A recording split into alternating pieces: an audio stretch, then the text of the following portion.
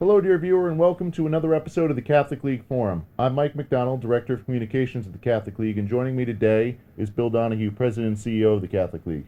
Now, Bill, we had a busy week this week, so can you just give us a couple of quick overviews of some of the other important issues we dealt with this week?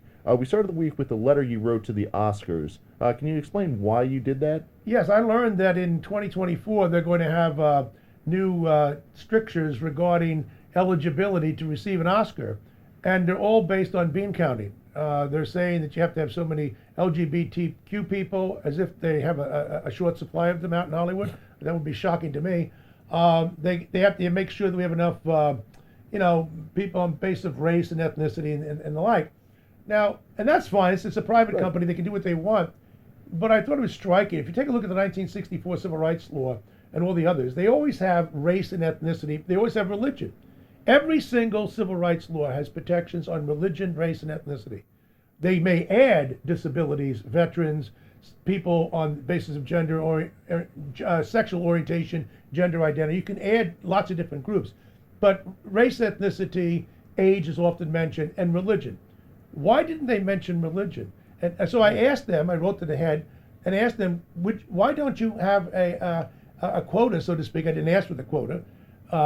But why don't you have some kind of stricture there which says we need to have more people who are practicing Catholics and Protestants? Half of these people in Hollywood are Catholics and Protestants. They don't practice, so as far as I'm concerned, they don't count.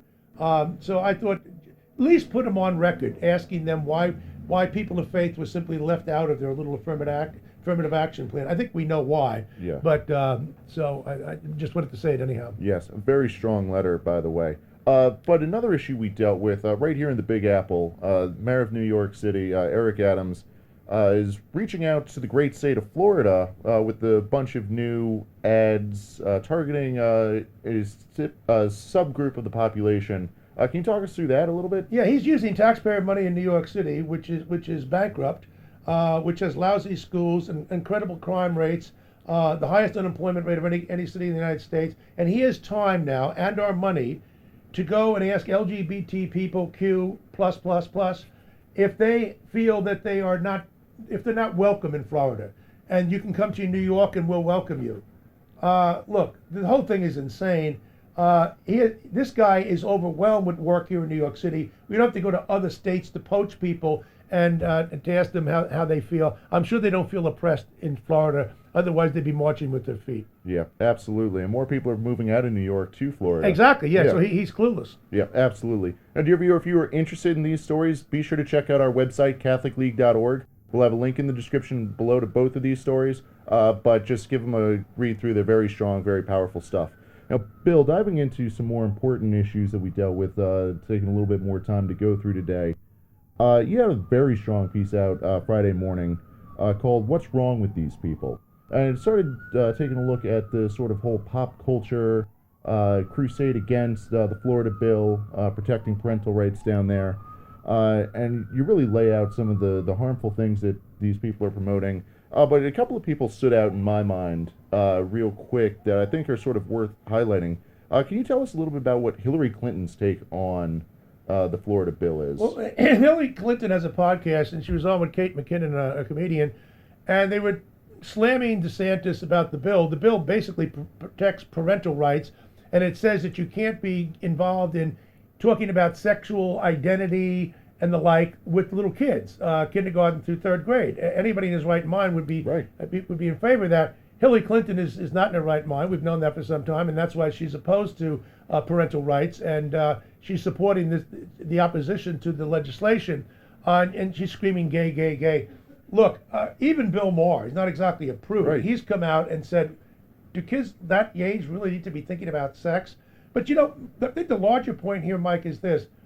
Why is it necessary for Ron DeSantis, the governor of Florida, to ask the legislature for a bill, which he then signs, saying that you can't teach kids, are you happy or sad about being a boy or girl in kindergarten? They're 5 years of age. Yeah.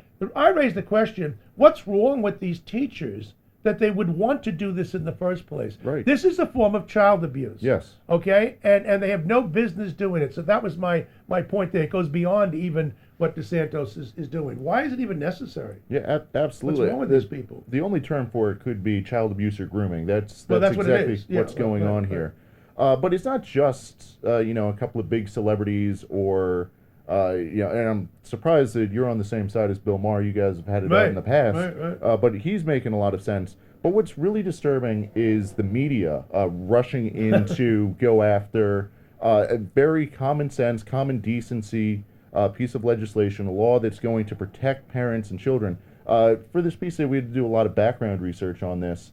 And one of the things that stood out to me was we did a search on Nexus, one of these news provider websites, that just looking at the headlines of people that referred to the bill by the "Don't Say Gay" moniker that they're attaching to it, which again has nothing to do with the legislation. The real name, the Parental Rights Bill, education, is really what it's about. But 450 headlines from March 1st to April 8th targeted this. And the thing is, and I appreciate the work that you and Nick and Dawn did on that, but it's one thing if the left wants to characterize this as the "Don't Say Gay" bill. They have a right to say that.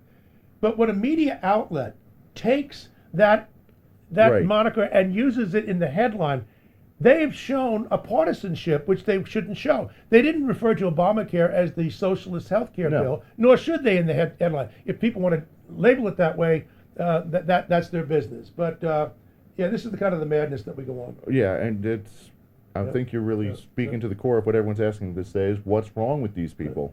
In a similar vein, what's wrong with these people? A dear friend of the Catholic League who's on our board, Monsignor Patul, gave an invocation out in Suffolk County in the county legislature at the end of last year. Offered a very nice prayer. One of the things he asked in the prayer is that God would guide people to, in the legislature, to advance pro-life measures. Good stuff that all Catholics, all practicing Catholics anyway, are on board with.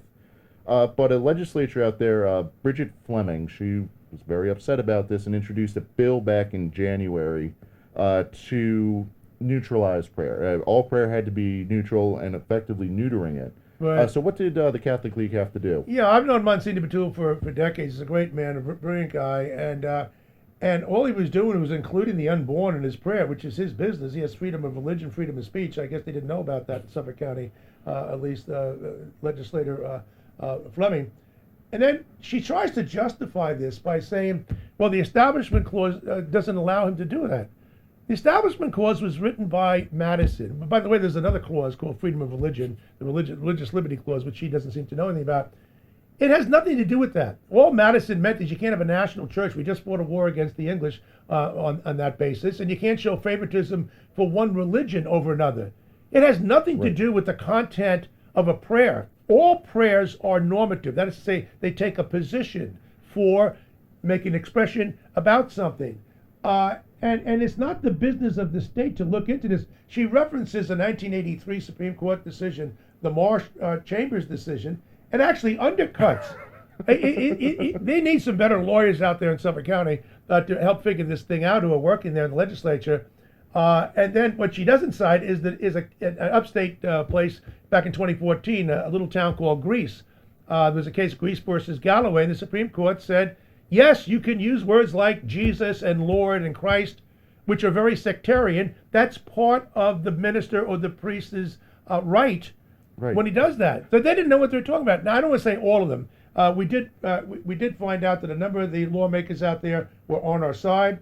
Kudos to Robert Trotter, whom we contacted, and he got back to us on this. They are going to table. It's going away. It's a nice victory for us. It shouldn't have gotten to that stage, but thank God we have people like Monsignor Patul. He's the editor of the Society of Catholic Social Sciences Review.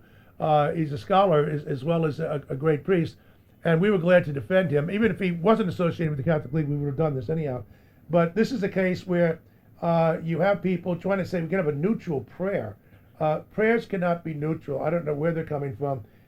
We know it's going to go nowhere. What I like about this, Mike, is that we put it out, put out the statement around 10 o'clock and before lunch. Right. we'd won on this. I guess they got the message. They got the message. And I think one of the reasons why they got that message so quickly, Oh, Bill, yes. is we put out the contact information for.